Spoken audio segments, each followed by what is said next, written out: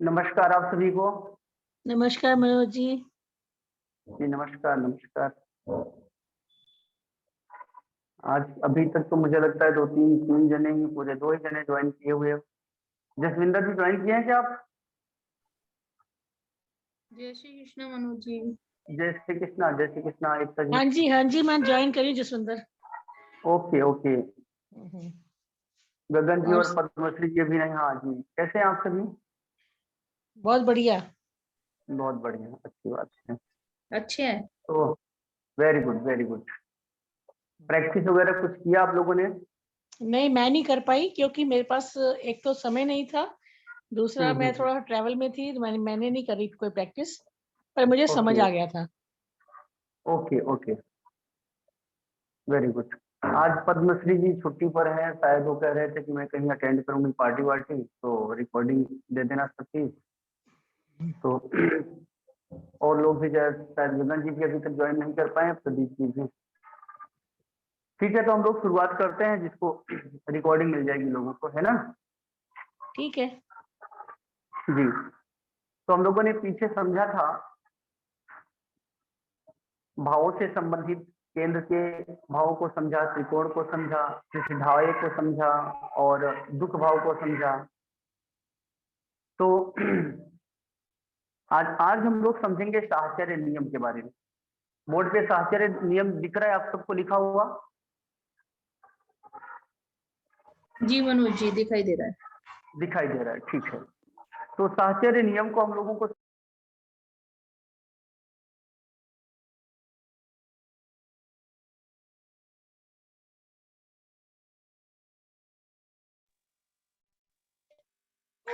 आइए शुरू करते हैं आज की क्लास को।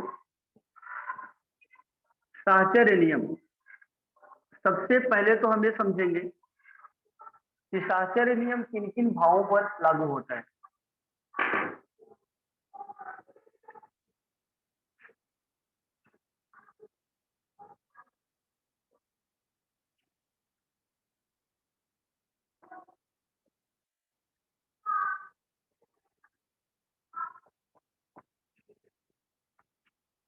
तो साहचर्य नियम एक तो 8 नंबर भाव पे, 12 नंबर और 2 नंबर। और तिवारी जी आप अपना म्यूट करिए, तिवारी जी।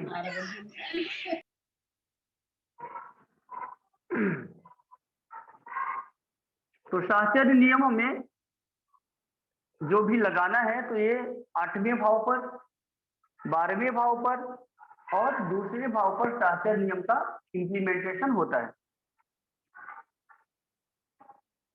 क्योंकि लग्न के 12वां है, इसे आयु भाव कहते हैं, लेकिन अचानक पीड़ा देने वाला भाव है। आप लोगों ने पहले समझा है, दुख स्थान भी इसे कहते हैं, ये भी दुख स्थान है और इसे मारक भाव के रूप में हम लोग जानते हैं। तो यहां पर ये समझेंगे कि जो लग्न का इस समय लग्न बनी है, तो लग्न किसकी है? मेष लग्न है, मंगल इसका स्वामी है, मंगल इसका स्वामी है। तो अब इसमें हमें समझना है कि जो भी इसके स्वामित्व के आधार पर ये जो ग्रह की राशियां हैं, तो मंगल के साथ में इनका कैसा व्यवहार होगा? मित्रता का होगा, शत्रुता का होगा, पीड़ा देंगे या फिर सपोर्ट करेंगे। तो मंगल सबसे पहले हम इसे समझेंगे।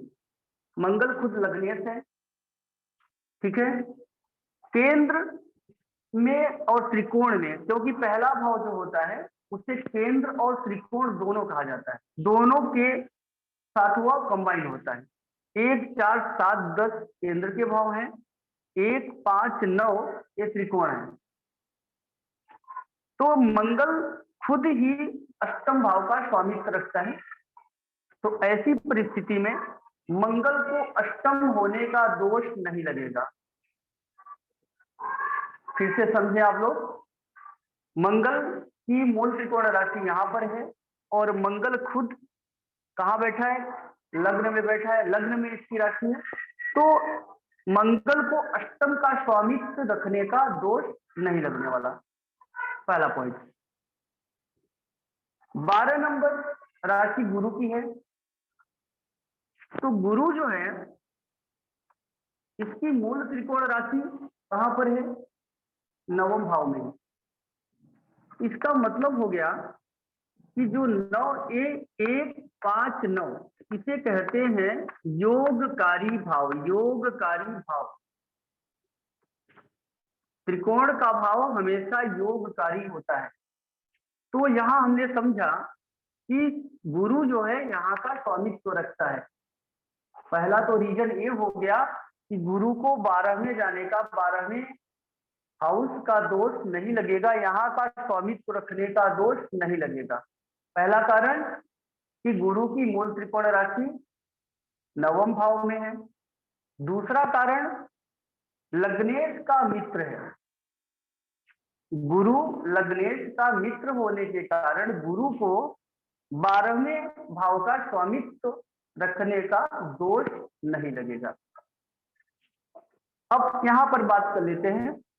तो ये है मारक भाव दूसरा कहते हैं जो, इसमें शुक्र की राशि टोरस वृष राशि यहां पर है, इसका मालिक शुक्र है।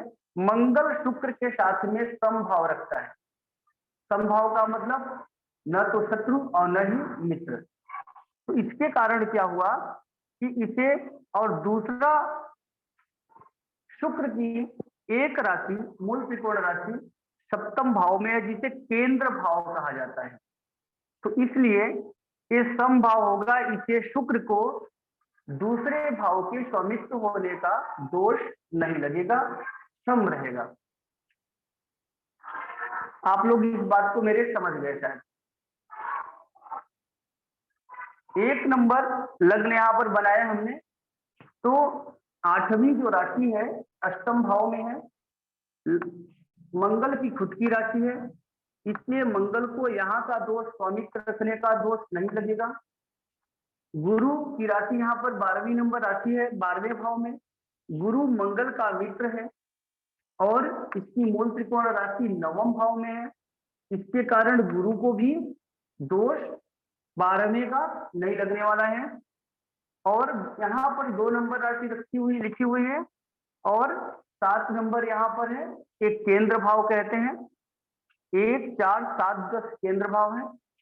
मंगल इसके साथ में शत्रुवत व्यवहार नहीं रखता है, समभाव रखता है, इसलिए शुक्र को भी यहाँ का दोष नहीं लगेगा।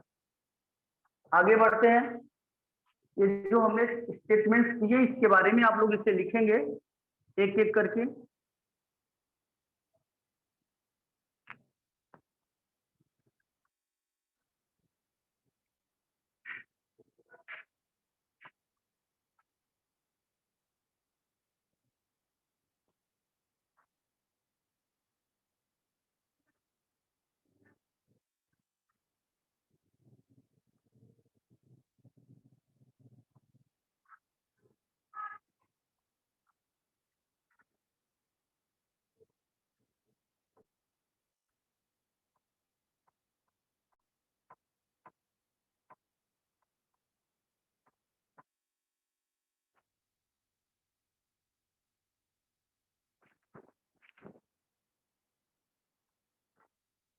समझना आप लोग ध्यान से।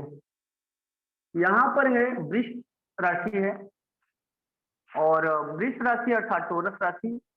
तो हमें समझना कौन सा है, 8वां, 12वां और दूसरा, इन भावों को समझना है। साहचर्य नियम सिर्फ इन्हीं पे लगता है। तो ये समझना है, पहले 8वें भाव को समझेंगे। तो क्या गुरु को 8वें का स्वामित्व रखने का दोष लगेगा? तो आंसर है हाँ, गुरु को 8वें का स्वामित्व रखने का दोष लगेगा, क्योंकि गुरु शुक्र का मित्र नहीं, लग्नेश का मित्र गुरु नहीं है, पहला रीजन। दूसरा, गुरु की दूसरी राशि जो है वह कहां पर स्थित है, अशुभ भाव में स्थित है। तो इसलिए गुरु को अष्टम का स्वामित्व होने का दोष लगेगा। अगला पॉइंट समझे, 1 नंबर यहाँ पे है, मंगल इसका स्वामित्व रखता है। तो क्या मंगल को दोष लगेगा इसका स्वामित्व रखने का? बिल्कुल लगेगा, क्योंकि मंगल ये जो स्थान है दुख स्थान है, और दुख स्थान 12वां दुख स्थान है। दुख स्थान का स्वामी मंगल हो रहा है, इससे समभाव तो रखता है, लेकिन ये स्थान जो है वह कौन सा है, दुख स्थान है, इसलिए इसका स्वामित्व रखने का मंगल को दोष लगेगा। तीसरा नंबर यहाँ पर है, तीसरी राशि यहाँ पर है दूसरे भाव में, इसका स्वामित्व बुध के हाथ में है। तो शुक्र और बुध आपस में मित्र हैं, अर्थात इनके बीच में मित्रता है, वैर नहीं है। तो इसको शुक्र को बुध को दूसरे स्थान के स्वामित्व रखने का दोष नहीं लगेगा, पहला रीजन। दूसरा, योगकारी भाव पंचम स्थान में 6 नंबर मूल त्रिकोण की राशि है, इस कारण से भी बुध को यहाँ से स्वामित्व को रखने का दोष नहीं लगने वाला है। इस कंसेप्ट को शायद आप लोग समझ गए। इसी प्रकार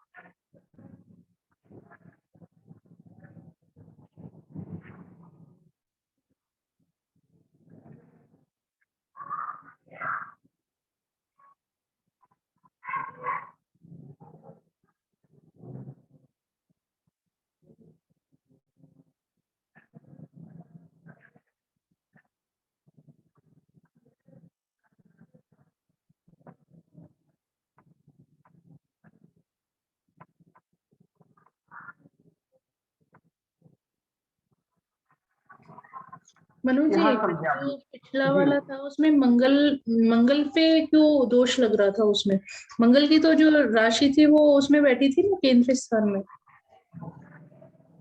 हाँ, मंगल की एक राशि मैं इस पे वापस बना देता हूँ। यहाँ दिखाई पड़ रहा है आप सबको? यहाँ हाँ जी,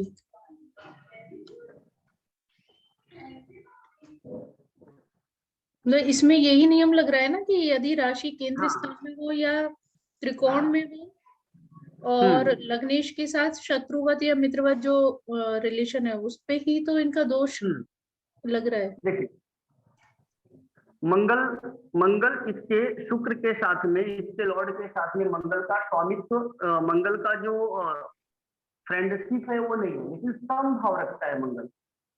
इसके साथ समभाव रखता है। शुक्र के साथ में मंगल का जो अपना व्यवहार है वो सम का होता है, लेकिन मंगल यहाँ का स्वामित्व रख रहा है। मूल त्रिकोण राशि है, कोई भी ग्रह अपने मूल त्रिकोण का फल पहले करना चाहता है। तो मूल त्रिकोण राशि इसकी यहाँ पर 12वें भाव में दुख स्थान है। तो दुख स्थान होने के कारण मंगल को यहाँ का स्वामित्व रखने का दोष लगेगा। कौन सी पत्रिका में? टोरस लग्न की पत्रिका में। समझ में आया? हाँ जी, हाँ जी, मतलब मूल त्रिकोण राशि उसकी उधर है, इसलिए दोष लग रहा है जी। ओके, दूसरा, इसका शुक्र का ये मित्र नहीं है, शुक्र का इसे मित्रता, शुक्र इसे अपना मित्र नहीं मानता है, मंगल इसे सम मानता है अपना। ओके, अभी हमें ना एक बार ये शत्रु और मित्र और सम वाले एक बार प्लेनेट लिखा दीजिए, जिससे हमें ये चीज क्लियर हो जाए। अभी क्लियर हो जाएगी, इसके कंसेप्ट होते होते क्लियर हो जाएगी आप सबको। तो अब हम ये तीसरा पॉइंट अगर लेते हैं यहाँ पर, तो इसका जो स्वामी है बुध है। अब हमें देखना क्या है, 8वां, 12वां और दूसरा, इसका स्वामी तो बुध को प्राप्त है। तो सबसे पहले हम इसको देख लेते हैं। ये शनि की 10वीं नंबर राशि है यहाँ पर, लेकिन शनि की एक राशि यहाँ पर आ गई 11 नंबर। अब यहाँ पर हमने क्या देखा कि ये जो 9th भाव है ये योगकारी भाव है, तो इसके कारण शनि को यहाँ का स्वामित्व रखने का दोष नहीं लगेगा, वो ओवर रूल हो जाएगा, अवॉइड हो जाएगा। पहला रीजन। दूसरा रीजन, बुध शनि को अपना मित्र मानता है, तो जब बुध अपना इसके साथ मित्रता का व्यवहार रखता है, इसलिए शनि जो है वह लग्नेश का मित्र होगा। पीछे हम लोगों ने समझा था कि जो यहाँ पर ग्रह होंगे वो आपस में इनकी मित्रता होगी, ये हमेशा मित्र ग्रह ही बैठेंगे, मित्र ग्रह की ही राशियां होंगी, ये हम लोगों ने पीछे समझा था। तो इसलिए शनि को अष्टम का स्वामी होने का दोष नहीं लगेगा। अब आगे इसे देखेंगे कि शुक्र की दूसरी नंबर राशि 12वें भाव में है, दुख स्थान में है, तो क्या शुक्र को यहाँ के स्वामित्व का दोष लगेगा? बिल्कुल नहीं, क्योंकि शुक्र की एक मूल त्रिकोण राशि 5वें भाव में है। पहला रीजन। दूसरा रीजन है बुध और शुक्र में मित्रता। बुध और शुक्र में मित्रता होने के कारण शुक्र को 12वें का दोष नहीं लगेगा। चौथा, यहां पर दूसरे भाव में 4 नंबर की राशि है, अर्थात ये इसका जो स्वामी है वह चंद्रमा है। तो चंद्रमा और बुध चंद्रमा को अपना दुश्मन मानता है, और बुध चंद्रमा को दुश्मन मानता है। तो इसलिए इसका आपस में क्या होगा, चंद्रमा को दूसरे भाव का स्वामित्व रखने का दोष लगेगा। चंद्रमा को दूसरे भाव का स्वामित्व रखने का दोष लगेगा। इस प्रकार जैसे हम आप सबको बता रहे हैं, इसी प्रकार आप लोग इसे नोट भी करना। तो यहाँ पर कोई कॉन्सेप्ट बाकी आप सबका, किसी का? आगे बढ़े।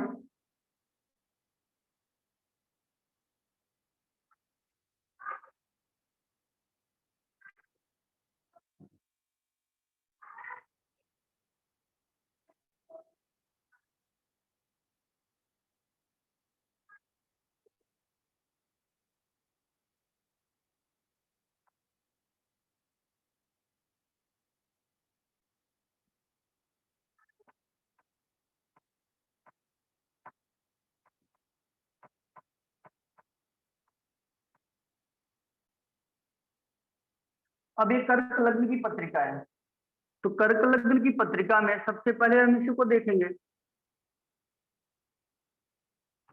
तो इसकी शनि की मूल त्रिकोण राशि अष्टम भाव में, यद्यपि शनि की एक राशि यहाँ पर है, केंद्र में है, परंतु मूल त्रिकोण राशि यहाँ पर है, तो शनि को यहाँ का स्वामित्व रखने का दोष लगेगा।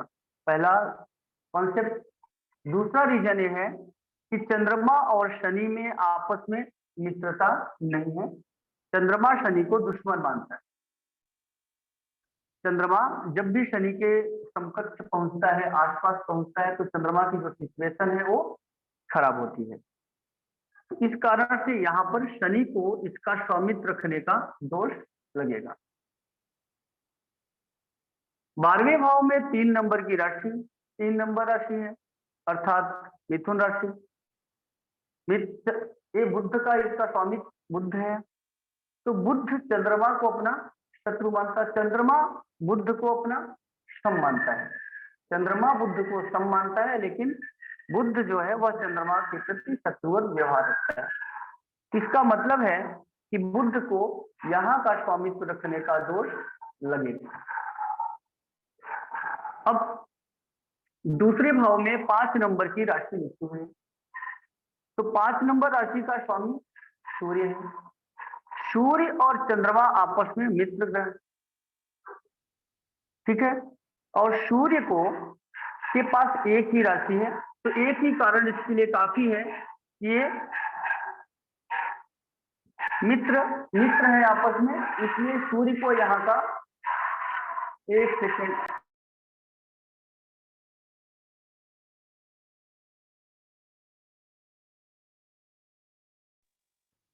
इसलिए यहाँ सूर्य को यहाँ का स्वामित्व प्राप्त करने से दोष नहीं लगेगा, अर्थात लग्नेश का ये मित्र ही होगा, लग्नेश के लिए फ्रूटफुल होगा।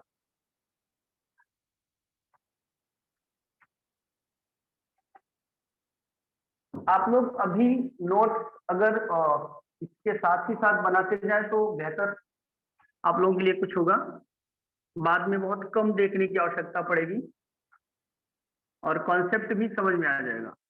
ये आगे बहुत काम की चीज है, इसलिए इसको बताना आवश्यक है आप सबको।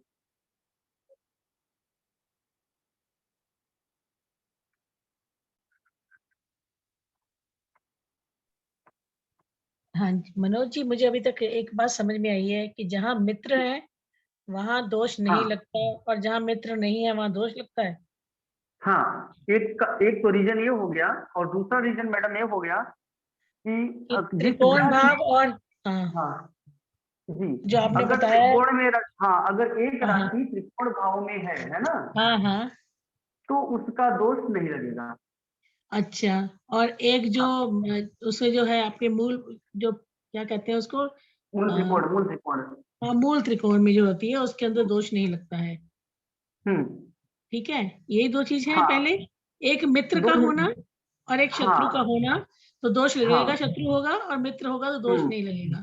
और नहीं दूसरी बात लगेगा। है, अगर मूल त्रिकोण की राशि है तो उसमें भी दो, हम्म, अगर एक भी राशि उसमें है तो उसको दोष नहीं लगेगा। ऐसा जी, कुछ है। हाँ, अब इसमें मान लो कि यहाँ पर ये पूरा होते होते आप समझ जाओगे इस चीज को, उसके बाद में कोई ठीक है, प्रश्न आए तो आप लोग बिल्कुल रखना है ना। मनोज जी ठीक है। यहाँ पर पहले मनोज जी यहाँ गुरु की मूल त्रिकोण राशि पंचम में आ गई और इस गुरु की दूसरी राशि जो है मीन वो अष्टम भाव में आ गई, तो गुरु तो बहुत जी शुभ सर, हुआ, इसको दोष नहीं लगेगा, ये तो मित्र ही हुआ लग्नेश का। नहीं यहाँ पर सर आप बिल्कुल सही कर रहे हो आप, है ना, कि यहाँ पर पहले तो हम ये समझेंगे कि हमें 8वां 12वां और ये दूसरा भाव हमें समझना है। तो यहाँ पर ये गुरु की 12वीं नंबर राशि यहाँ पर आई है, मीन राशि यहाँ पर है, लेकिन गुरु की मूल त्रिकोण राशि यहाँ पर है। तो पहला रीजन तो ये हो गया कि गुरु की मूल त्रिकोण, हमेशा ये त्रिकोण भाव जो है ये उपकारी होते हैं। तो ये यहाँ पर त्रिकोण त्रिकोण तो हमेशा लग्नेश के मित्र ही होंगे ना, हमेशा लग्नेश के मित्र होते हैं। तो मूल त्रिकोण राशि इसकी पंचम में आ गई त्रिकोण में, तो ये तो मित्र ही हुआ। जी जी भले सर, इसकी दूसरी राशि अष्टम में चली गई। हाँ बिल्कुल सर, ये बिल्कुल ये मित्र हुआ, है ना। वैसे भी गुरु गुरु और सूर्य आपस में इनका मित्रवत है, ये मित्र है एक दूसरे के, पहला कारण। और दूसरा कारण ये हो गया कि गुरु की मूल त्रिकोण राशि यहाँ पर है, और इसी तो तरह से इसे नवम भाव में मंगल की मूल त्रिकोण राशि आ गई, जी सर, जी सर, तो मंगल भी मित्र हो गया। मंगल भी मित्र हो गया। ठीक। लेकिन हम लोग तो अभी तो हम लोग सिर्फ सर 8वां और 12वां और दूसरा इसी भाव को लेकर के चल रहे हैं, और इसी अच्छा, पर ही शास्त्रीय नियम का जो लागू होता है, शास्त्रीय नियम। ठीक है, ठीक है। छठे भाव पर तो नहीं यह होगा? नहीं सर, छठे भाव पर शास्त्रीय नियम का टॉपिक नहीं बनता कोई। ठीक है सर। अब जी सर, क्योंकि ये जो भाव है, 8वां भाव अचानक पीड़ा का भाव होता है, समस्या, क्योंकि यहाँ के जो स्वामी हैं वो अशुभ कहे गए हैं। 6 का जो स्वामी है वो अशुभता उसके पास में कम होती है, जब वो इनके साथ में जुड़ता है तब उसकी अशुभता बढ़ जाती है। 6 वाला कॉमन है, ये त्रिशठा है, 3 6 11, एक ये हो गया 6 8 12, ठीक। ये अशुभ है। जी सर, ठीक तो मनोज। ये चंद्रमा, जी सर, चंद्रमा की यहाँ पर चौथी नंबर राशि, यहाँ पर चंद्रमा यहाँ का स्वामित्व रखता है। तो चंद्रमा का स्वामित्व यहाँ होने के कारण 12वें भाव का है, लेकिन लग्नेश के साथ में मित्रता है, इसलिए चंद्रमा को यहाँ की अशुभता प्राप्त नहीं होगी। चंद्रमा का इसके लिए शुभ फल होगा, अशुभ नहीं कहा जा सकता। अर्थात चंद्रमा को यहाँ के स्वामित्व रखने से दोष नहीं लगेगा। यहाँ पर ये 6 नंबर बुध, बुध इसका लॉर्ड है। सूर्य जो है वो बुध को अपना मित्र मानता है, क्योंकि इसका पुत्र माना जाता है सूर्य का, तो ये ए से मित्र मानता है। तो नेक्स्ट राजकुमार के रूप में भी ये है बुध। लेकिन यहाँ पर 3 नंबर जो राशि है इसकी बुध की, ये अशुभ स्थान में आ गई। तो अशुभ स्थान में आने के कारण ये स्थान 3, 6 और 11 अशुभ स्थान माने जाते हैं। 6, 8, 12 ये दुख स्थान माने जाते हैं।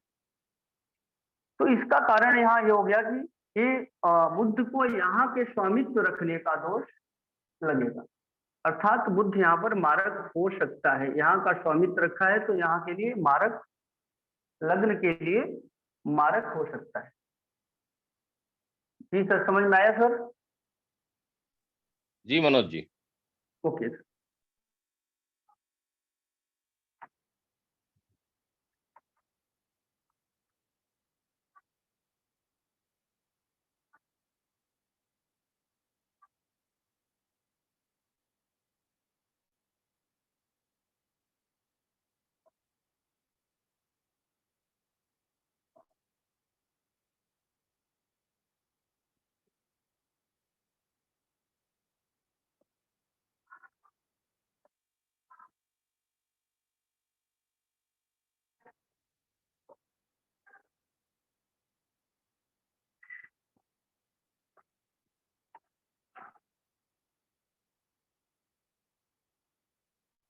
जी जसविंदर मैडम, हाँ जी सर। इसमें आप क्या बताना चाहेंगे? नहीं, ये समझ आ गया सर मेरे को। एक बार प्रैक्टिस करूंगी अच्छा, तो फिर अच्छे से समझ में आ जाएगा। Okay okay. Pradeep ji sir, yes Manoj ji. Sir बताइए इसके बारे में आप क्या समझेंगे? यहाँ पर बुध की राशि है 6 नंबर कन्या। हाँ तो यहाँ पर मंगल की राशि है 1, ठीक है? हाँ, तो क्या मंगल को यहाँ के स्वामित्व का दोष लगेगा? बिल्कुल लगेगा, ओके, इसका क्योंकि मूल जो कारण, क्योंकि मूल हाँ, मूल मूल त्रिकोण राशि अष्टम भाव में आ गई, ओके तो इस लग्न के लिए मंगल अशुभ नाथ हुआ, दुख नाथ हुआ। ओके, अच्छा बिल्कुल सही है सर। Okay okay. और यहाँ पर सूर्य को यहाँ का स्वामित्व रखने का दोष लगेगा सर? सूर्य को चूंकि सूर्य की एक ही राशि है, इसलिए सूर्य को हम्म दोष नहीं लगेगा। हम्म। और सूर्य लग्नेश के साथ में क्या व्यवहार रखता है अपना? दूसरा कारण, हाँ जी, लग्नेश आवाज समझ में नहीं यहाँ आ रही, वो बुध का हाँ फ्रेंड सर, है। आवाज समझ में हाँ नहीं आ जी, रही मनोज। हाँ सर, मैं कह रहा था कि लग्नेश बुध है इसका, और बुध के साथ में और सूर्य का अपना क्या कंसर्न है? फ्रेंड। मित्र है। मित्र है। तो इसलिए दूसरा कारण ये हो गया कि ये मित्रवत है, इसलिए दोष इसको नहीं लगने वाला है। सूर्य को 12वें का स्वामित्व रखने का दोष नहीं लगेगा। ओके सर, बहुत बहुत धन्यवाद। मैंने कहीं अच्छा पढ़ा है सुन मनोज जी कि सूर्य और चंद्रमा को अच्छा सुन अष्टमेश या द्वादशेश होने का दोष नहीं लगता। ओके, इसका मूल कारण सर, एक तो ये है ना, कि इनके पास में एक ही राशि है, हाँ, और दूसरा लग्न से इनका क्या संबंध है? जो लग्न है उस लग्न से लग्नेश के मित्र हैं या शत्रु हैं? ठीक है सर।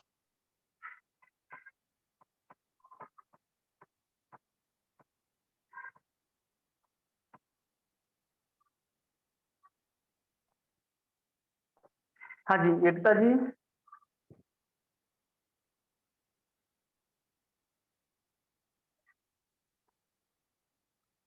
जी एकता जी आवाज आ रही है हमारी आपको?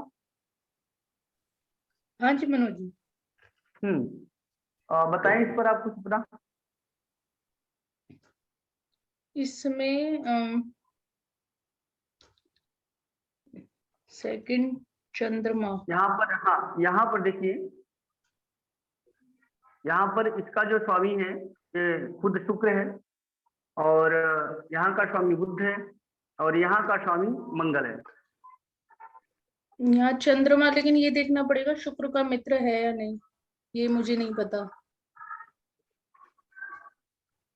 अच्छा, यहाँ सेकंड नंबर आती है, सेकंड नंबर मैडम। हाँ ये तो शुक्र है, ये तो पूरा उधर लग्नेश हो गया, तो इसको ओके तो लगना ही नहीं चाहिए, मतलब उसका दोष। Very good. तो यहाँ के स्वामित्व का दोष इसको नहीं लगने वाला है, ठीक है। और यहाँ ये बुध की 6 नंबर की राशि है।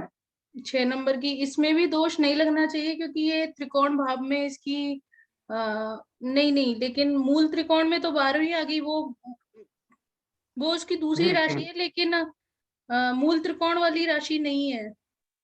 बहुत बढ़िया बहुत बढ़िया, कोई बात नहीं। यहाँ पर एक राशि बुध की यहाँ पर है 3 नंबर की, नवम भाव में, और योगकारी भाव है। तो इस कारण से यहाँ पर बुध को इसका दोष, स्वामित्व रखने का दोष नहीं लगेगा, पहला। दूसरा, शुक्र के साथ में बुध का मित्रवत व्यवहार है, इसलिए यहाँ भी इसका दोष नहीं लगने वाला है। अच्छा, इसमें ये नहीं देखना कि मूल त्रिकोण राशि ही आ रही हो, कोई भी आ रही हो तो भी चलेगा? हाँ, इसमें तो कोई भी राशि आ जाए, है ना? अच्छा, त्रिकोण भाव में कोई भी राशि आ रही हो? हाँ, कोई भी आ जाए तो उसको दोष नहीं लगने वाला। ओके जी। गगन जी जुड़े हैं सर? जी गगन जी। हाँ जी सर, हाँ जुड़ा सर। तो हूँ सर, बट पूरा ध्यान नहीं दे पा रहा, बिजी हूँ ना आज। ठीक है ओके। मैंने तो संडे की आप लगा रखी थी ना। ओके। एक्चुअली संडे को क्या आप लोग कहीं फ्री रहते हैं तो कहीं आना जाना हो जाता है, तो इस हिसाब से मैंने सैटरडे को प्लान कर लिया है। कोई बात नहीं, कोई बात जी। तो आगे यहाँ पर हमारे पास में अष्टम 8 नंबर की राशि यहाँ पर है दूसरे भाव में। तो प्रदीप जी सर, इसको दोष लगेगा? मंगल को यहाँ का दूसरे भाव का स्वामित्व रखने का दोष लगेगा या नहीं सर? क्या समझते हैं आप?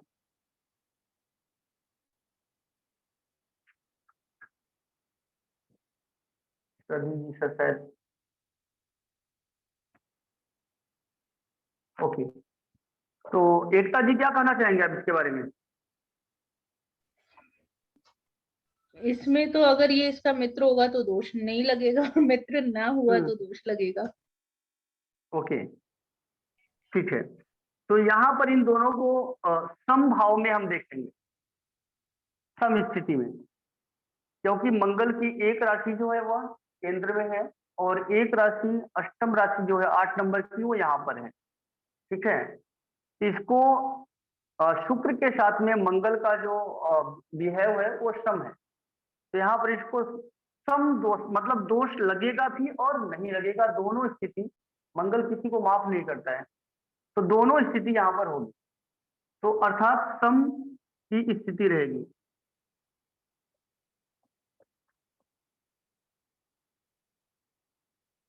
जी समझ गए? जी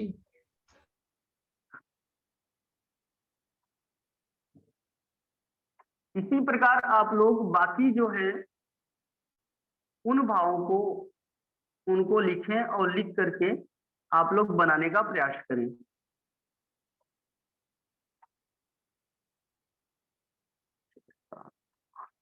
नौ, दस, 11, 12, 3, 4।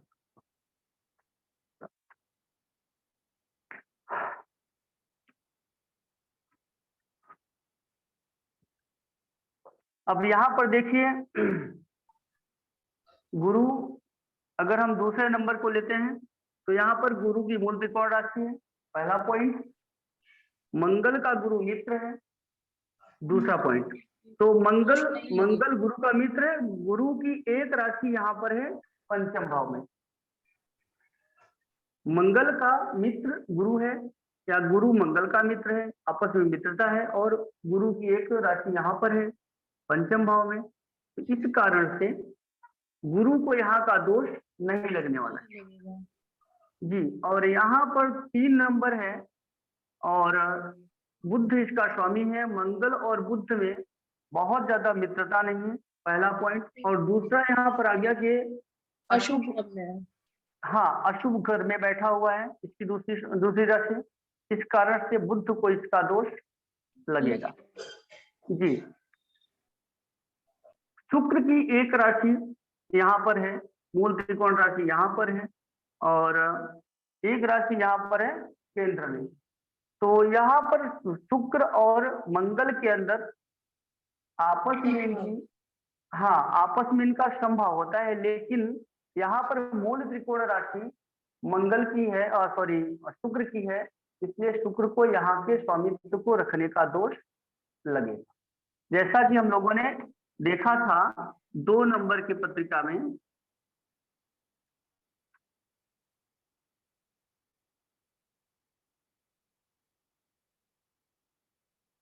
यहाँ का दोष मंगल को लगा था, यहाँ का स्वामित्व रखने का, ठीक है। तो इसी प्रकार शुक्र को भी इस 8 नंबर की पत्रिका में, अर्थात इस लग्न की पत्रिका में दोष लगेगा। तो आप लोग 9, 10, 11 और 12 इसी प्रकार आप लोग आगे करने का प्रयास करें। आप लोग कर लेंगे आगे या फिर पूरा कराएं हम? कर लेंगे मनोज जी। ओके। पवन तिवारी सर। जी गुरुजी। आपको कॉन्सेप्ट समझ में आया आपके? गुरुजी पिछली क्लास तो मैं ले नहीं पाया था, इसलिए थोड़ी समस्या है। मैं और इसका रिकॉर्डिंग देख के और मैं कर लूंगा सर। ठीक है सर। ओके ठीक है सर।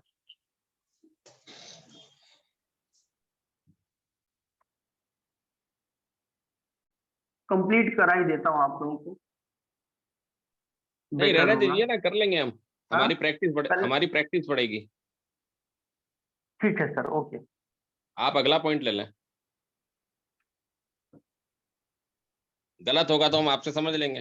हाँ सर, अगर गलत होगा तो आप समझेंगे, हमें अपने आप करने दीजिए, प्रैक्टिस हाँ करेंगे। बिल्कुल।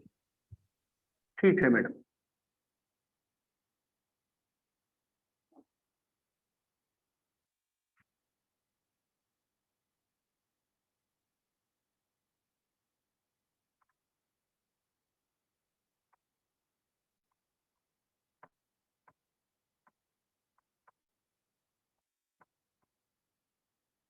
अब अगला बिंदु है हमारा, भाव बल कैसे समझें, भाव कमजोर है या मजबूत है। तो इसको समझने के लिए हमें क्या क्या बिंदुओं को विचार करना है, कौन कौन से बिंदुओं पर हमें अपने आप को फोकस करना है। तो भाव बल को समझने के लिए सबसे पहले तो समझेंगे पहला पॉइंट,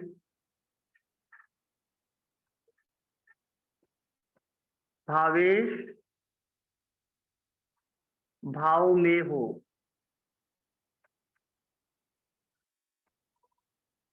दूसरा पॉइंट, भावेश भाव को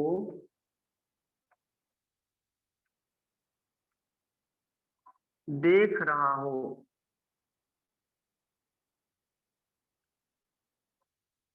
भाव में या विचारणीय भाव में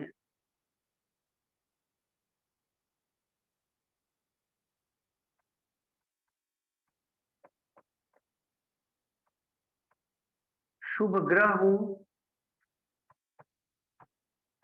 या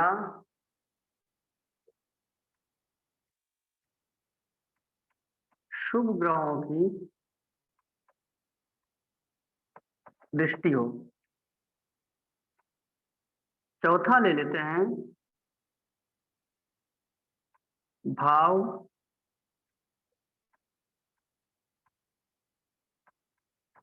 शुभ कर्तरी में हो। तो इन 4 बातों को समझने के बाद हमें समझ में आ जाएगा कि हमारा भाव जो है वो मजबूत है या मजबूत नहीं है। तो सबसे पहले देख लेते हैं कि पहला नियम है भावेश भाव में हो। तो मान लेते हैं कि यहाँ पर हम सप्तम भाव की बात कर लेते हैं। तो सप्तम भाव, इसका स्वामी कौन है? शुक्र है।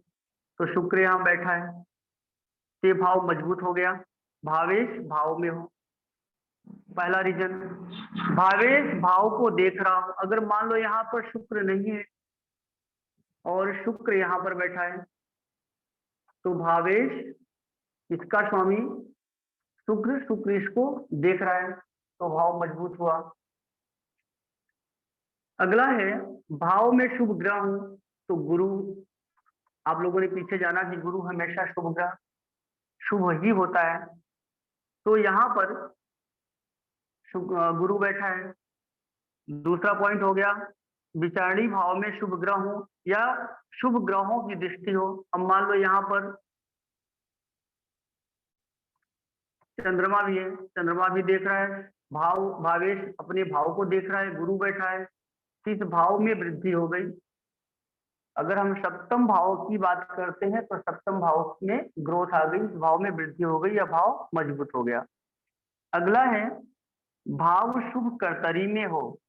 अब मान लो कि यहाँ पर चंद्रमा नहीं, यहाँ पर हम डाल देते हैं चंद्रमा और यहाँ पर ले लेते हैं बुध। तो ये दोनों, इस भाव के दोनों तरफ शुभ ग्रह बैठे हुए हैं, इसका मतलब हो गया कि ये भाव शुभ कर्तरी में है।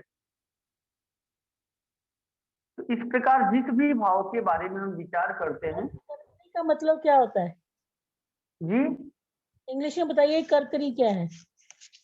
कर्तरी means sequence. Yes, you can understand it is the sequence between two just you can say that the starting sideways there are 2 good planets Okay, and the on one both sides yeah just like sandwich. Okay, Yeah. fine.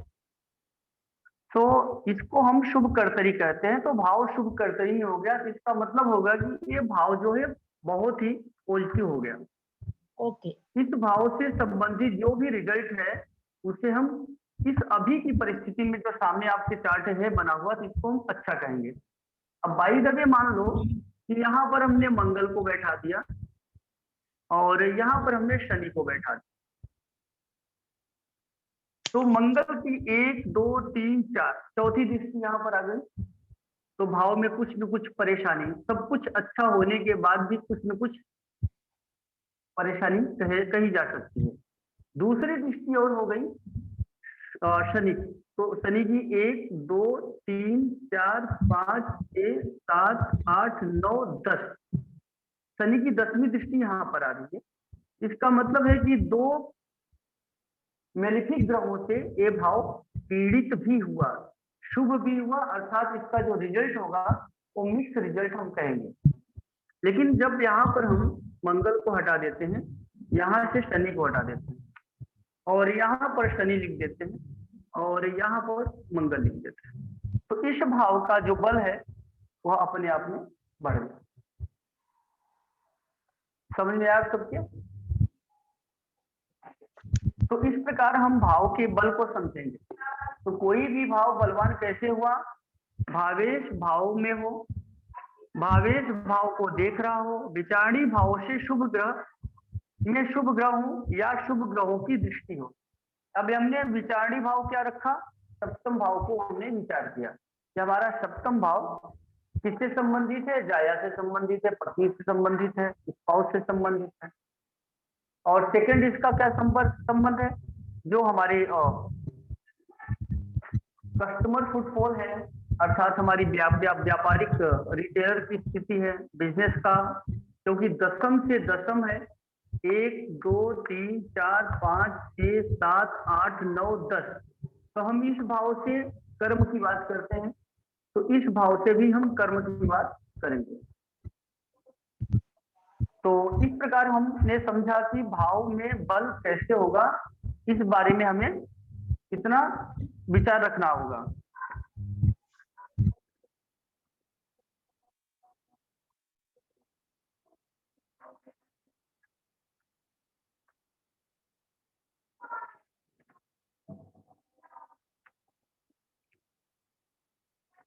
इसी पर second point लेते हैं कि भाव, कोई भी भाव कमजोर कैसे होता है या पीड़ित कैसे होता है।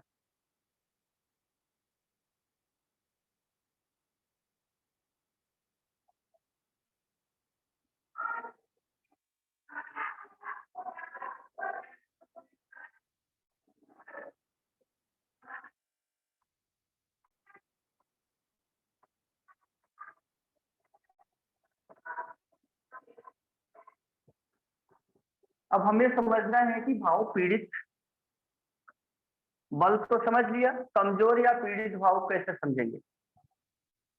अब मान लीजिए कि हम लोगों को समझना है कि पंचम भाव, विचारणी भाव हम ले लेते हैं पंचम भाव, अर्थात फिफ्थ भाव के बारे में हमें जानना है। फिफ्थ भाव किसको कहते हैं? संतान भाव कहते हैं, या पुत्र भाव भी इसे कहा जाता है। इसके साथ साथ बहुत सारे एट्रीब्यूट होते हैं। तो अब यहाँ पर मंगल का प्लेसमेंट मैंने कर दिया, 1 2 3 4 मंगल से दिष्ट, शनि से दिष्ट कर दिया यहाँ पे,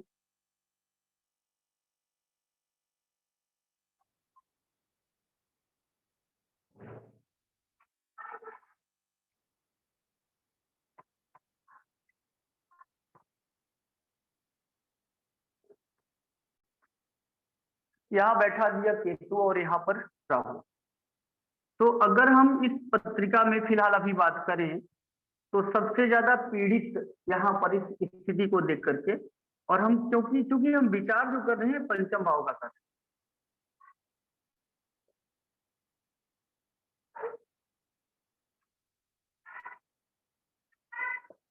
हैं। भावेश भाव में न हो, न ही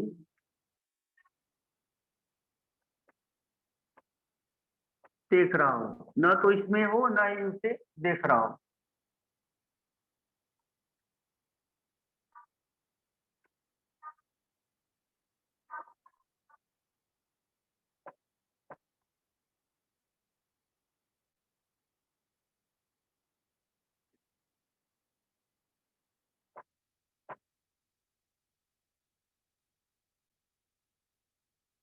भाव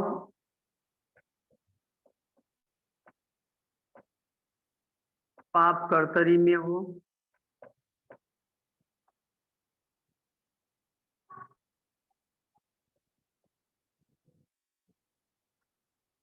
भाव पर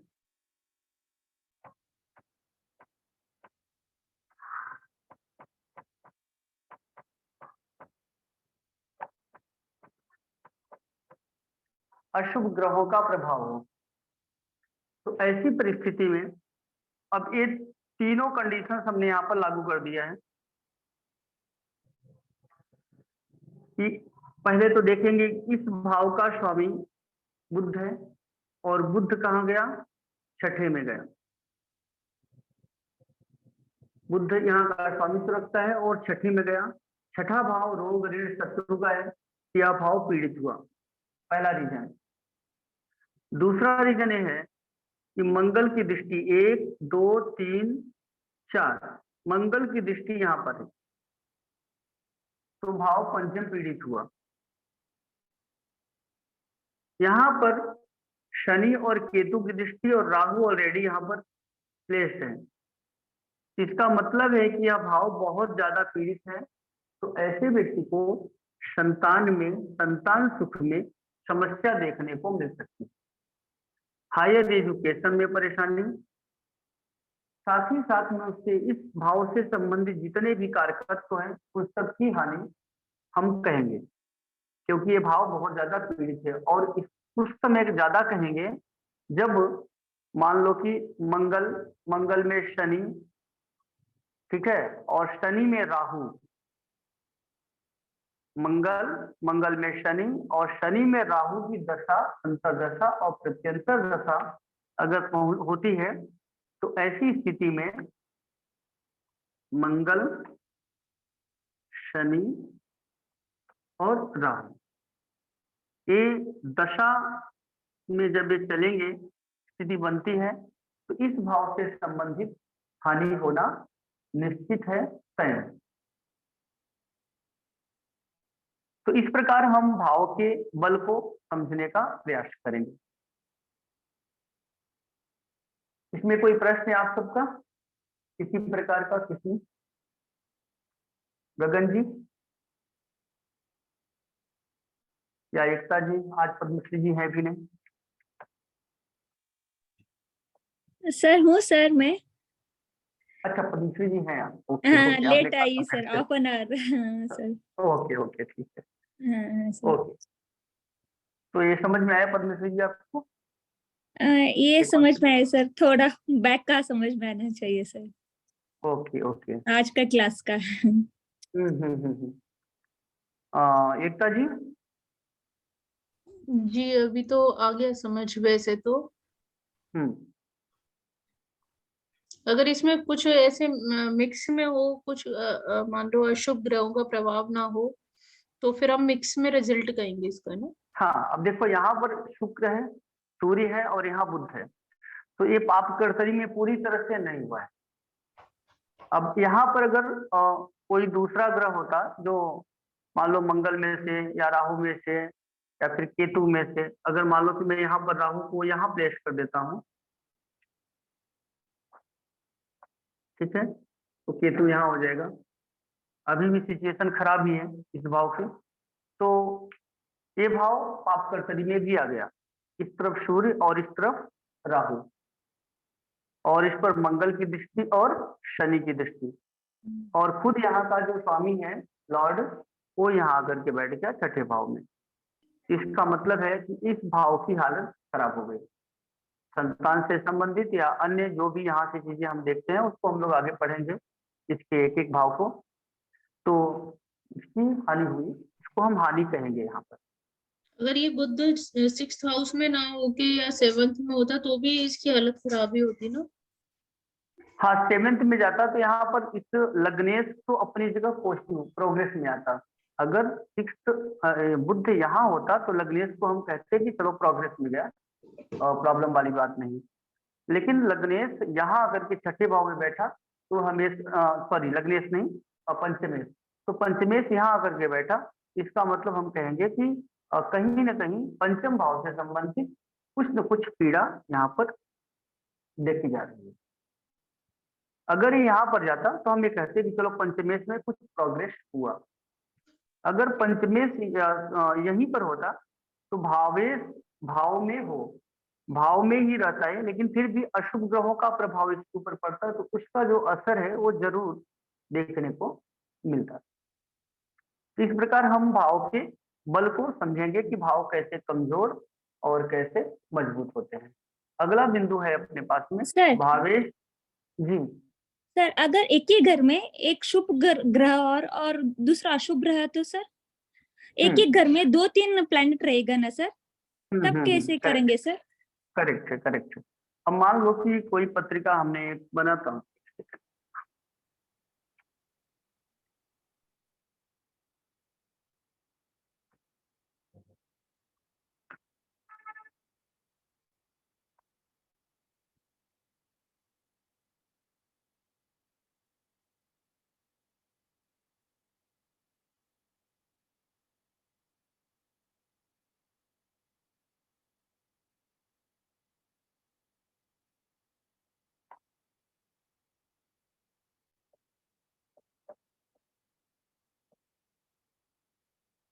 अब मान लो हम इस छठे घर की बात करते हैं, चौथे घर की बात करते हैं यहाँ पर। अब मान लो कि यहाँ पर बुध है, मंगल है और शनि, 3 ग्रहों को हमने यहाँ पर ले लिया, अभी दृष्टियों की बात नहीं करते। तो बुध यहाँ पर अपने खुद के मूल त्रिकोण राशि में है, तो ये अच्छा हुआ। तो बुध प्रयास करेगा इस जगह को मेंटेन करने के लिए, सुख को, यहाँ से संबंधित जो भी बातें हैं उनके कारकत्वों को प्लस करने का की बात करेगा। लेकिन यहाँ पर मंगल और शनि और है। मंगल कहाँ का स्वामित्व रखता है? अष्टम, छठे भाव का स्वामित्व रखता है, और 11वें भाव का स्वामित्व रखता है। छठा भाव कैसा है? रोग ऋण शत्रु का है। तो मंगल कुछ न कुछ लड़ाई झगड़ा, कोर्ट कचहरी, फाइटिंग, शत्रुवत व्यवहार, अर्थात यहाँ कुछ न कुछ पीड़ा जरूर करता रहे। 1 नंबर मूल त्रिकोण राशि मंगल की यहाँ पर है, तो मंगल लाभ के लिए भी बहुत ही प्रोग्रेसिव होगा। लाभ के प्रति इसका जो आइडिया है व्यक्ति का वो होगा, ठीक है। यहाँ ये डिजायर इसकी पूरी करेगा। चतुर्थ भाव में आया है, यहाँ से 1 2 3 4 5 6, तो यहाँ का भी स्वामित्व अगर रख रहा है मंगल, तो यहाँ से छठा आया, 1 2 3 4 5 6, तो यहाँ से छठा होना मतलब भी एक प्रकार से पीड़ा की बात करेगा। जबकि हाउस कौन सा है? अशुभ घर है, हाउस ऑफ डिजायर है। हाउस ऑफ डिजायर का मतलब है बहुत सारी इच्छाएं, बहुत सारी चीजों को लेकर के मंगल यहाँ पर अपना कंसर्न डेवलप करेगा। तो हम यहाँ पर मंगल को इस प्रकार समझेंगे कि मंगल की दशा, अंतरदशा, प्रत्यंतर दशा में चतुर्थ भाव से संबंधित कुछ न कुछ बात, कुछ न कुछ परेशानी जरूर देखने को मिलेगी, क्योंकि ये छठे भाव का भी स्वामित्व रखता है। अब बात कर लेते हैं शनि।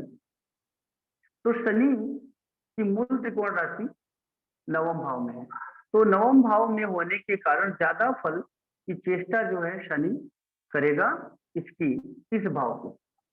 इसका मतलब है कि यहाँ पर ये शुभ होगा, भाग्य, ये शनि यहाँ पर भाग्येश के रूप में है, इसे हम भाग्य भाव भी कहते हैं, ये भाग्येश है। तो भाग्येश यहाँ पर आया, ये ठीक है, अर्थात इस व्यक्ति के जातक के सुखों में भाग्य के माध्यम से वृद्धि होने की बात हम कह सकते हैं। तो इसका जो रिजल्ट है, परिणाम है, वो इस प्रकार हम लोगों को समझना होगा। जी पद्मश्री जी। हाँ ठीक है सर, ठीक है। इसमें शनि जरूर अभी 8th हाउस में बैठा हुआ है, उसके भी तो रिजल्ट देगा ना, जो भाग्येश बना हुआ है। बिल्कुल। शनि यहाँ पर पहले रिजल्ट यहाँ का करने वाला है, ठीक है।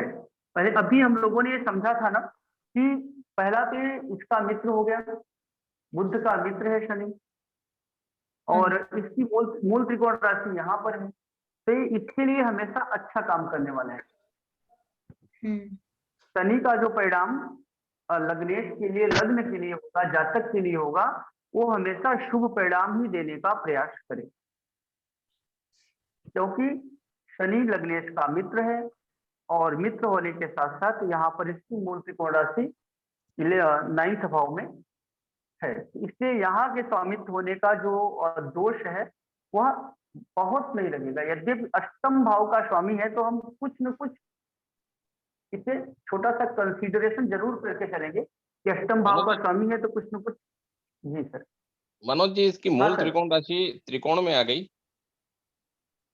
हाँ सर। इसलिए शुभ हुआ ना, शुभ फल ही देना की कोशिश करेगा हमेशा, तो ये शुभ हुआ इस बिल्कुल। लग्न के जातक हाँ, के लिए। शुभ हुआ, बिल्कुल ठीक। इसका मित्र भी है और भाग्येश भी है। 8वें भाव का फल जी कम सर। करेगा, 8वें भाव का फल कम करेगा सर, कुछ न कुछ तो मान के चलेंगे, है ना। अचानक बहुत से तो कोई नहीं। परेशानी। हाँ, कुछ छोटी मोटी अचानक, क्योंकि ये हाउस जो है वो अचानक समस्या देने वाला है, तो अचानक से कुछ न कुछ छोटी मोटी परेशानी जरूर दे सकता है, लेकिन बहुत बड़ी नहीं। तो ज्यादा मात्रा में शुभ का ही परिणाम देगा, भाग्य भाव का स्वामी है इस कारण से। इसमें ये भी हो सकता है कि शनि की बदौलत व्यक्ति एस्ट्रोलॉजी में चला जाए। हाँ, शनि के अगर शनि की दशांतर दशा चलती है इस चार्ट में, तो हम ये कह सकते हैं कि जो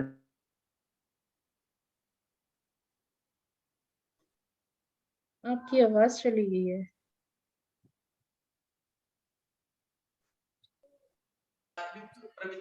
व्यक्ति का अपना कॉन्सेप्ट डेवलप होगा, धार्मिक चीजों में हो जाएगा, लंबी यात्राओं में सुख प्राप्त करेगा, व्यापार उसका हो सकता है कि जो भी कार्य करे उस कर्म में उसका जो है यहाँ से धार्मिक चीजों से जुड़ा हुआ हो, तो इस प्रकार उसका धर्म कर्म में काफी कंसर्न डेवलप होगा।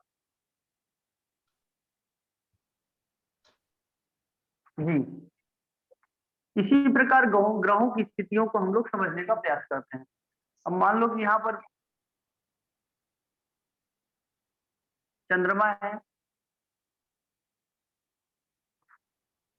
यहाँ सूर्य और गुरु को बैठा देता हूं।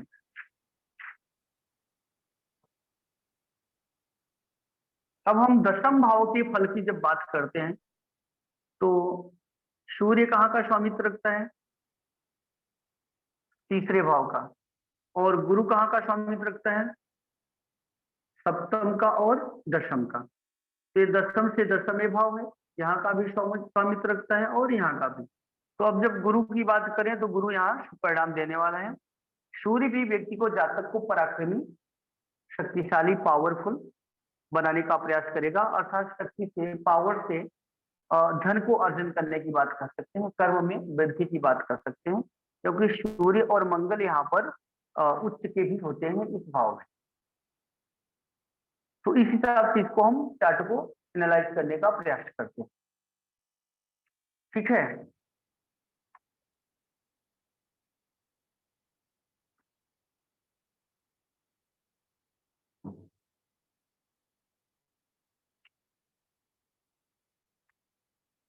तो अब हम लोग यूज समझेंगे भावेश के बल को। भावेश को समझना जरूरी है। तीसरा पॉइंट लेते हैं।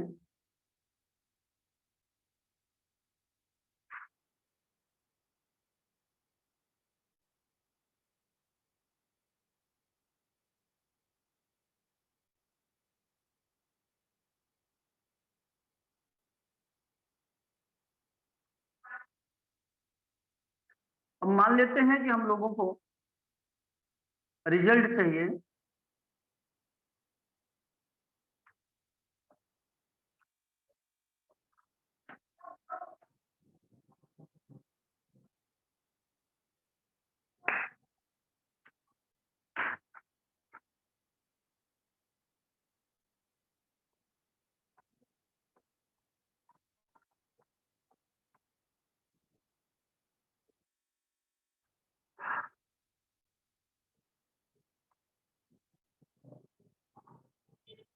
तो कर्म से संबंधित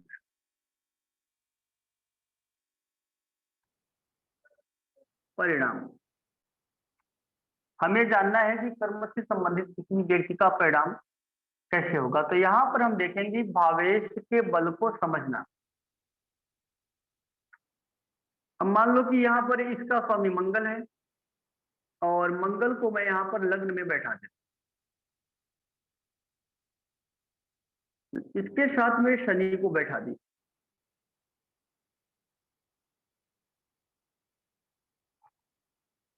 और शनि के साथ में मैंने यहाँ पर बुध को बैठा दिया। तो भावेश के बल को कैसे समझेंगे? सबसे पहले तो इसे समझना है हमें। तो भावेश केंद्र त्रिकोण में हो, पहला पॉइंट।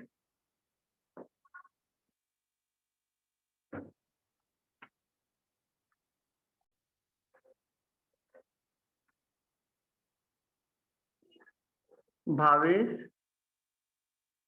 केंद्र या फिर त्रिकोण में हो, पहला। दूसरा, भावेश 6, 8, 12 के स्वामी के साथ युत न हो। तीसरा, भावेश 6, 8, 12 में न गया हो।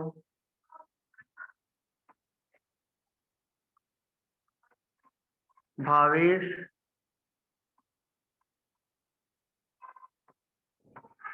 शुभ कर्तरी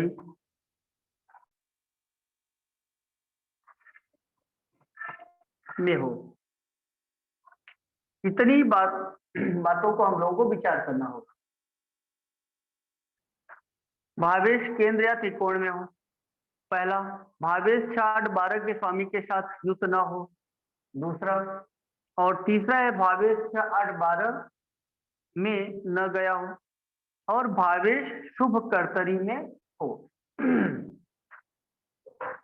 तो यहां पर हमने क्या देखा? विचारणी भाव क्या है हमारा? मान लो कर्म की बात हमने किया।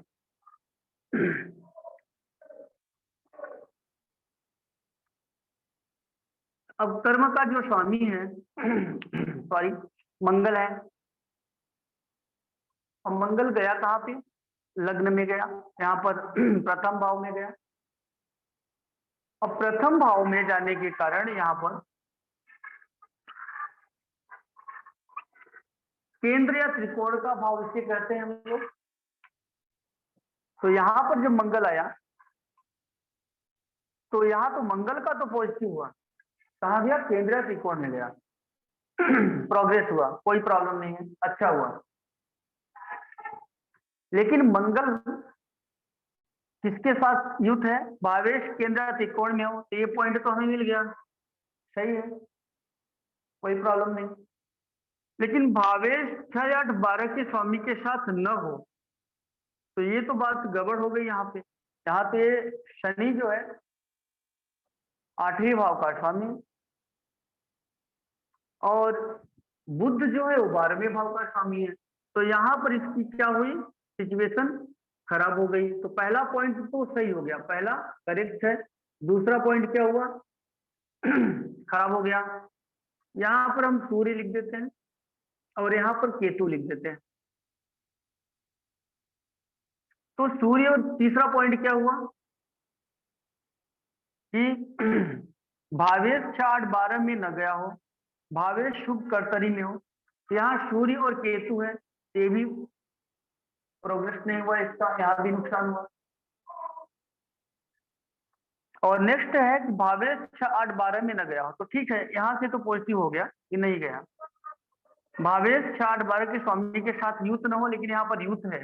तो अगर हम 3 पॉइंट में से बनाते हैं तो 2 पॉइंट रोंग है और 1 पॉइंट, तो ये 66% प्रॉब्लम और 33%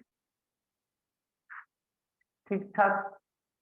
तो हम कर्म की जब बात करेंगे तो इस प्रकार कुछ इसे हम समझने का ऐसे समझेंगे, यहाँ पर कुछ न कुछ पीड़ा जातक को कर्म को लेकर के होने वाली है, उसके कर्म में समस्या रहेगी। अचानक कर्म में परिवर्तन शनि के साथ युत है। अचानक कर्म को लेकर के कहीं बाहर बुद्धि के साथ में, तो घर से बाहर 200, 500, 1000 किलोमीटर की दूरी पर हो, ऐसा भी कह सकते हैं, ठीक है। और यहाँ पर सूर्य और यहाँ पर केतु, तो ये पाप कर्तरी में हो गया, भाव भी लग्न भी पाप कर्तरी में हो गया और इसका जो स्वामी है वो भी पाप कर्तरी में हो गया। तो इसका मतलब हुआ कि यहाँ पर ये परेशानी होगी, कर्म में कुछ न कुछ बाधाएं देखने को मिल सकती हैं। कोई प्रश्न आप सबका इसमें अब तक? तो इस प्रकार भावेश के बल को हम समझते हैं कि भावेश के बल को कैसे समझें और बलहीन कैसे समझें। तो ये यहाँ पर बलहीन हुआ, बल कब होगा यहाँ पे? जब यहाँ पर शुभ ग्रह हो, शुभ ग्रहों के साथ में केंद्र त्रिकोण के स्वामी के साथ में हो, केंद्र त्रिकोण के स्वामी के साथ में हो अब देखो इसका एग्जांपल दे देते हैं आप सबको।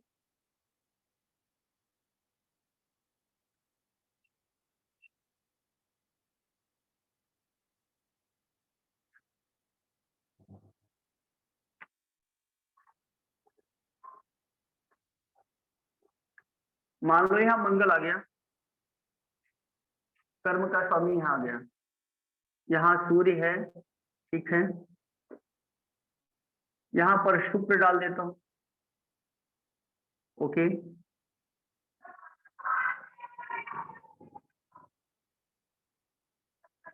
यहाँ गुरु,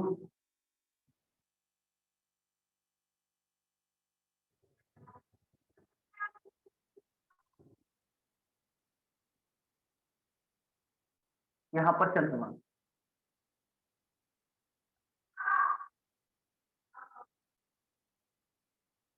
यहाँ पर बुध।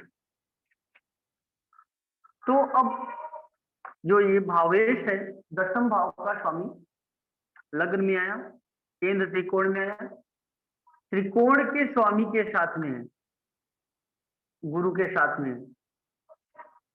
गुरु यहाँ पर भाग्येश है, भाग्येश होने के साथ साथ गुरु यहाँ षष्ठेश भी है।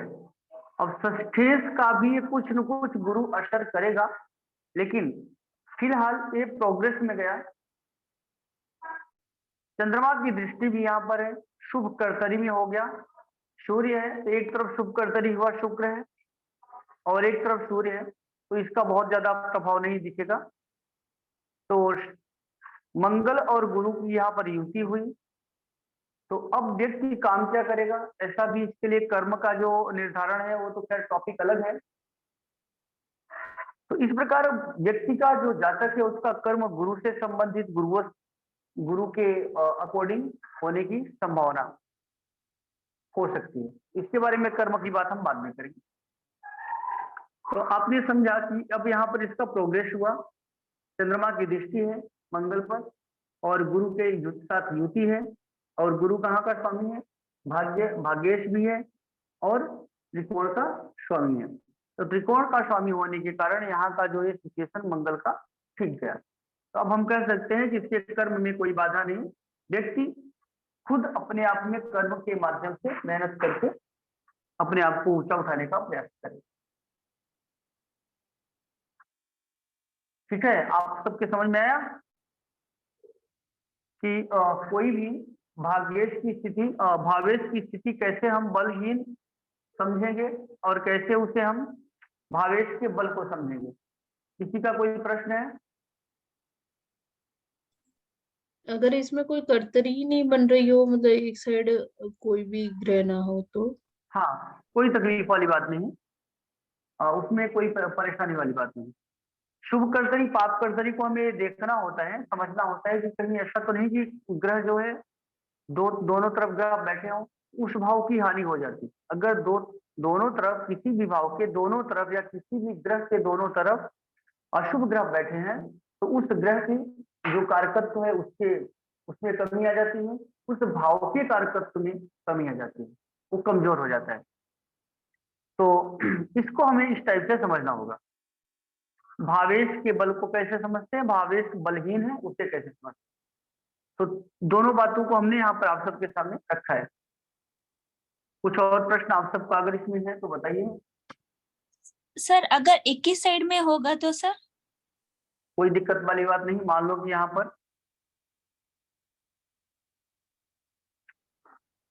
पर शुक्र हो गया तो इसे हम पाप कर्तरी या शुभ कर्तरी नहीं बोलेंगे। शुभ कर्तरी कब बोलेंगे, अब जैसे मान लो कि यहाँ पर शुक्र हो गया और यहाँ चंद्रमा हो गया, तो यहाँ पर ये शुभ कर्तरी में भाव लग्न जो है शुभ कर्तरी में हो गया।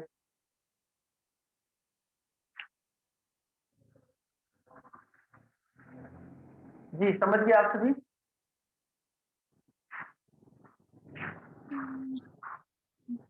या कोई डाउट है? डाउट है तो डाउट आप लोग क्लियर करते चलें।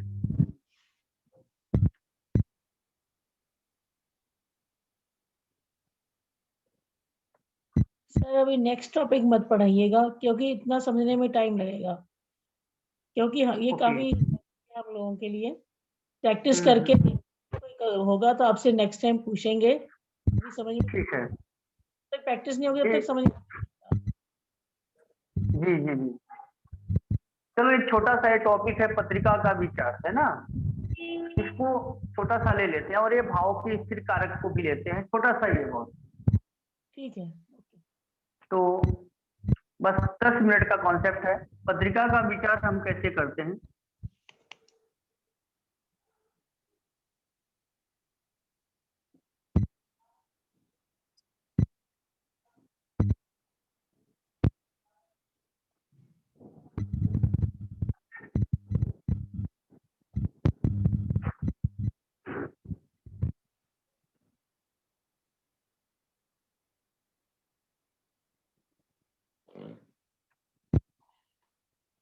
ये भाव हमेशा फिक्स रहता है, राशियां घूमती हैं, भाव फिक्स होता है। ये पहला भाव ही है। यहाँ पर 2 नंबर की राशि लिखी हुई वृष लग्न हो गई। इसका मतलब है कि जातक के जन्म के समय पूर्वी क्षितिज पर जो उत्पन्न होने वाली राशि थी वह कौन सी है, वह वृष है। तो इसलिए यहाँ पर वृष, ये पूर्वी, इसको हम आप लोगों ने पीछे पढ़ा है और इसके कॉन्सेप्ट हम आगे बताएंगे। पत्रिका का विचार करना है हमें। सबसे पहले लग्न, लग्नेश और कारक को देखना है। तो लग्न ये रही, ठीक है। तो ये यहां और यहां, इसके 2 तरफ शुभ ग्रह बैठे हों।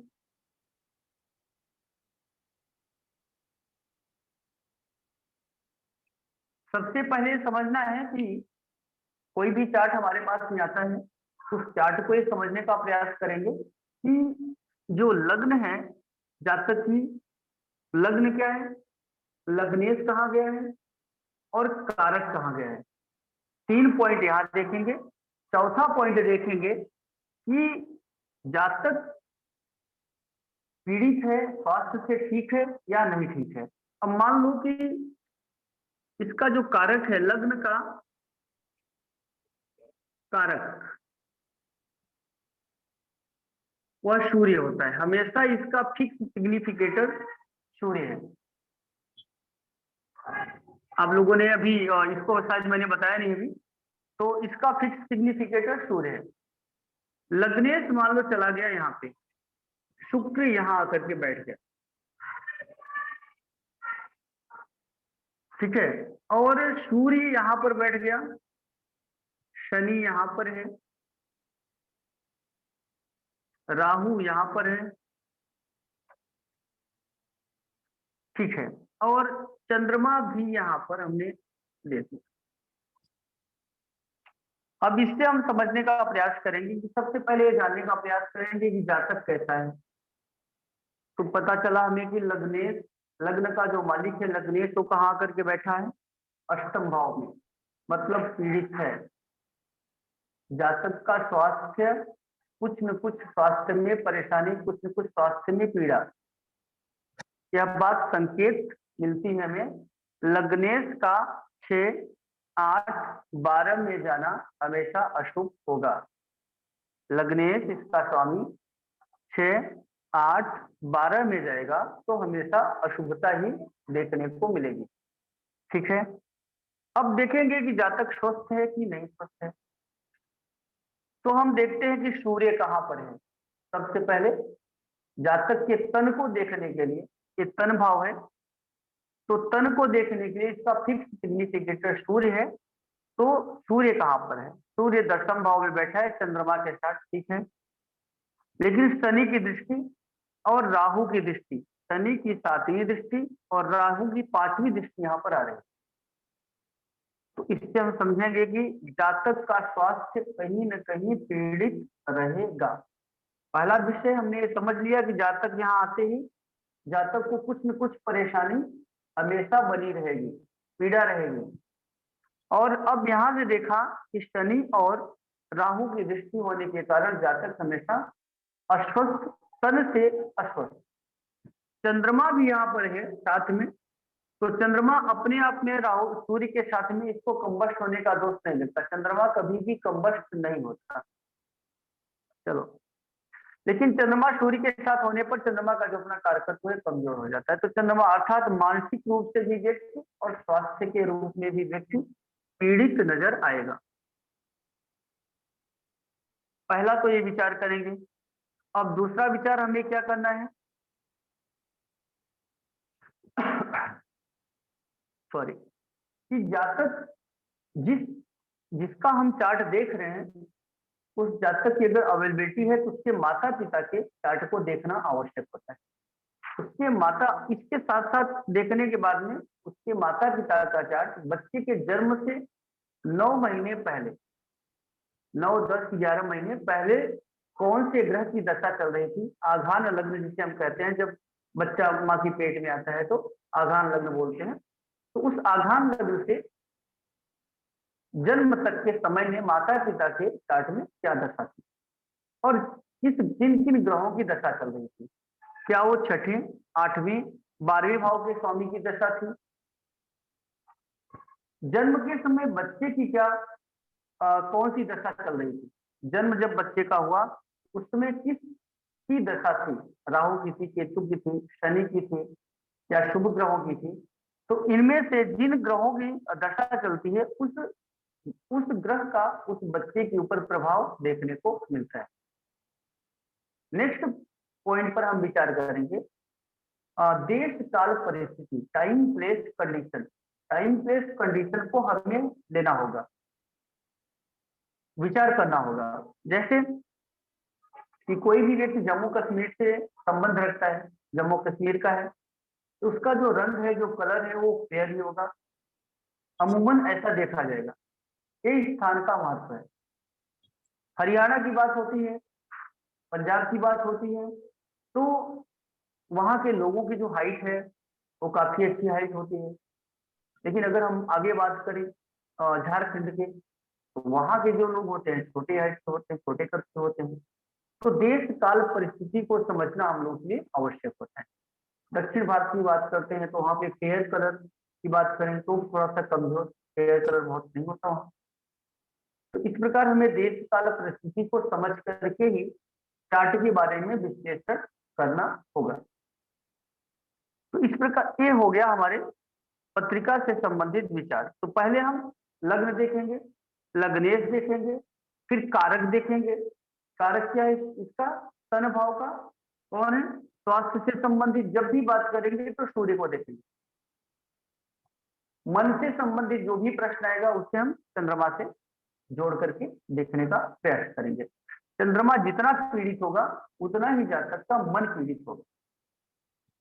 ठीक है, चलो, तो ये हो गया भाव से संबंधित। 40% बात ही हमारी करेक्ट हमसे हमें मिल जाता है कि हम लग्न लग्नेश कारक को देखते हैं, सूर्य और चंद्रमा को देखते हैं, और स्थान प्लेस और कंडीशन, टाइम प्लेस कंडीशन को देखते हैं। इनसे हमें लगभग अंदाजा मिल जाता है। 40% हम पत्रिका को जज कर पाने में सक्षम होते हैं। अगला है भाव के स्थिर कारक।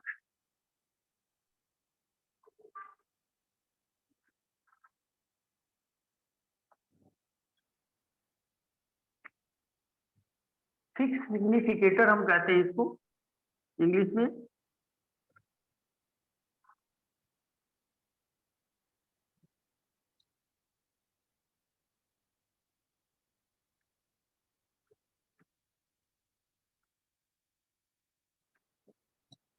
पहले भाव का स्थिर कारक है सूर्य, दूसरे का स्थिर कारक है गुरु, तीसरे का स्थिर कारक है मंगल, चौथे का स्थिर कारक है चंद्रमा, पांचवें का स्थिर कारक है गुरु, छठे का स्थिर कारक है मंगल, सातवें का स्थिर कारक है शुक्र, आठवें का स्थिर कारक है शनि, नौवें का स्थिर कारक है गुरु, 10वें का स्थिर कारक है बुध, और 11वें का स्थिर कारक गुरु, और 12वें का स्थिर कारक जो है वह शनि।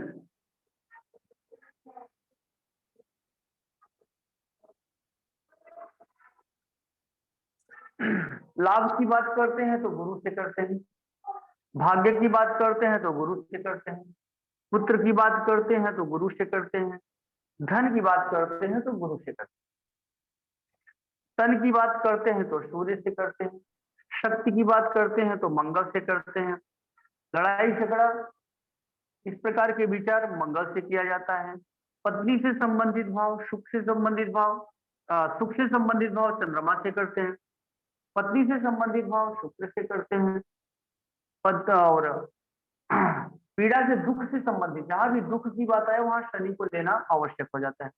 तो यहाँ पर इसका अष्टम का फिक्स सिग्निफिकेटर शनि है। यहाँ पर एक कर्म से संबंधित है, तो जातक के पास अगर बुद्धि नहीं है, विवेक नहीं है, बुद्धि नहीं है, तो वो व्यक्ति अपना कर्म नहीं कर सकता। तो बुद्ध को देखना बहुत जरूरी है। तो इसका फिक्स सिग्निफिकेटर जो है वो बुद्ध है। और यहाँ लाभ की बात जब भी करते हैं तो लाभ तभी होता है जब गुरु की का आशीर्वाद होता है। तो ये यहाँ का फिक्स सिग्निफिकेटर गुरु है और अष्टम 12th हाउस का फिक्स सिग्निफिकेटर शनि है, क्योंकि यहाँ से दुख की बात होती है, पीड़ा की बात होती है। तो आप सब आगे बताएं कि अगर इसमें कोई डाउट हो आप सभी को, कोई प्रश्न है।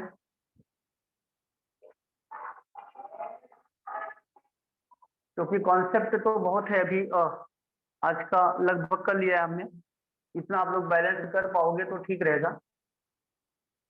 लेकिन आप लोगों को इसको प्रैक्टिस करने की जरूरत है, नहीं तो एक एक करके चीजें जैसे जैसे पढ़ते जाएंगे आप लोग आगे पीछे की चीजें बोलते जाएंगे। इसलिए आप सबको प्रैक्टिस की आवश्यकता है इन चीजों को। जी बताइए एकता जी।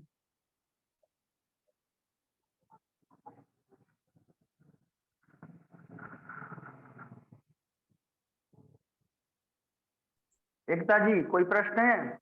नहीं, अभी कोई प्रश्न नहीं मनोज जी। Okay, Jaswinder madam.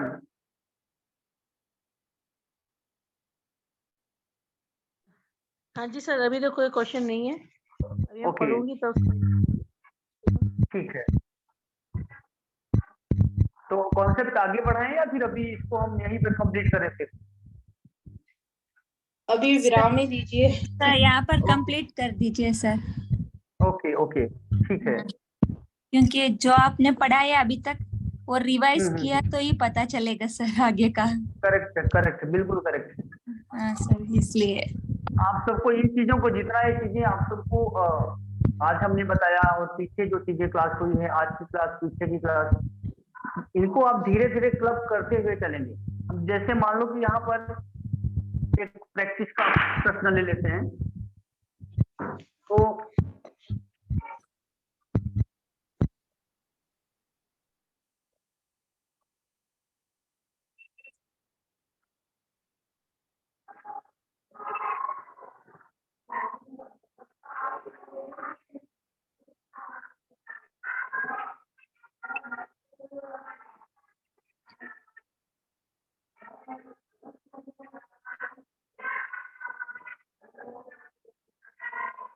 अब ये मिथुन लग्न की पत्रिका हमारे पास में आ गई।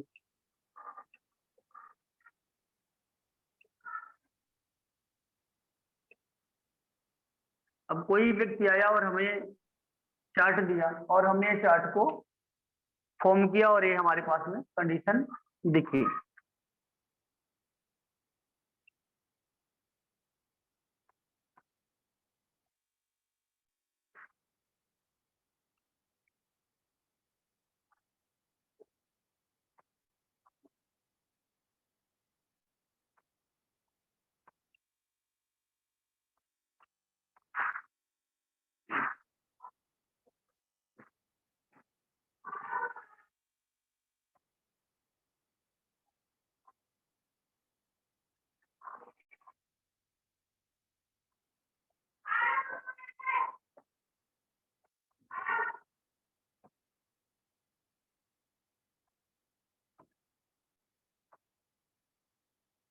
और ग्रहों की स्थिति हमें मिली।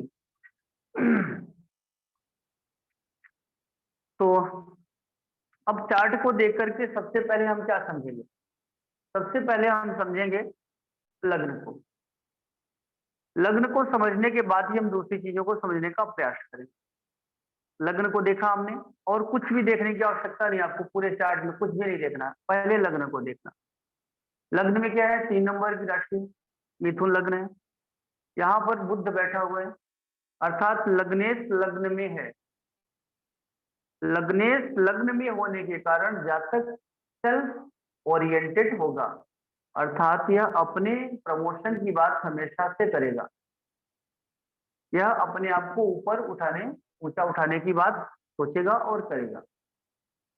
ठीक है, जातक बुद्धि विवेक से अच्छा होना चाहिए, क्योंकि बुध जो है अपने खुद की राशि में है और लग्नेश लग्न में है, तो जातक बुद्धिमान होना चाहिए। किसी की दृष्टि है, मंगल की दृष्टि है बुध पर। मंगल 1 2 3 4 5 6 7 8 9 10 11 12 किसी भी ग्रह से 6 8 12 में कोई अशुभ ग्रह बैठे हो तो उस ग्रह से संबंधित कारकत्व की हानि कहेंगे। किसी भी ग्रह से 6 8 12 में कोई ग्रह बैठा हो जो मैलिफिक ग्रह हो, तो हम उस ग्रह से संबंधित हानि कहेंगे। जैसे बुध से 1 2 3 4 5 6 छठे जगह पर स्थान पर सूर्य बैठा हुआ है। इसका मतलब है कि बुद्धि में कहीं न कहीं कुछ न कुछ फ्लेक्सिबिलिटी नजर आएगी। बुद्धि, जातक खुद लग्न लग्नेश लग्न में है, बढ़िया है, अच्छा प्रोग्रेस है इसका, लेकिन छठे भाव में, बुध से छठे भाव में सूर्य बैठा है।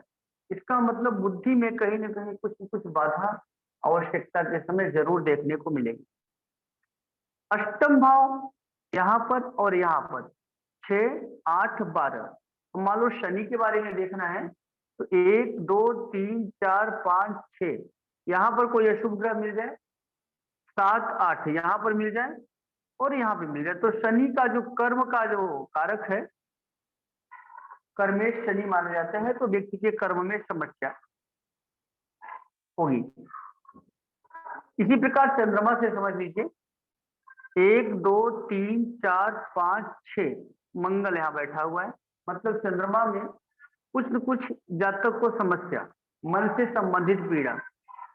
और अगर यहाँ पर कोई दूसरा ग्रह आ जाए बुध की जगह, बुध शुभ ग्रह है, तो चंद्रमा की मन की पीड़ा जो है व्यक्ति की, मन से परेशानी जरूर देखने को मिलेगी। तो ये कॉन्सेप्ट आप लोग समझ लीजिए कि किसी भी ग्रह से 6 8 12 भाव में बैठा हुआ ग्रह मेलिफिक ग्रह अगर है तो उस ग्रह के कारकत्व को कमजोर कर देता है। लग्न का 6 8 12 में, लग्नेश का 6 8 12 में जाना अच्छा नहीं होता।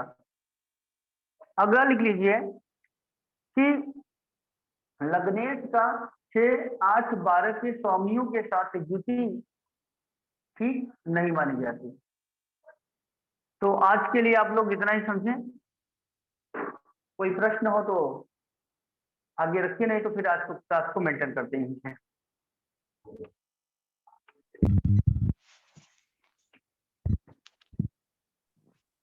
जी थैंक यू सर। ओके, नमस्कार आप सभी को। Class thank you sir, thank you. Thank you sir. Thank you, thank you, thank you Guruji, thank you sir. Thank you, thank you.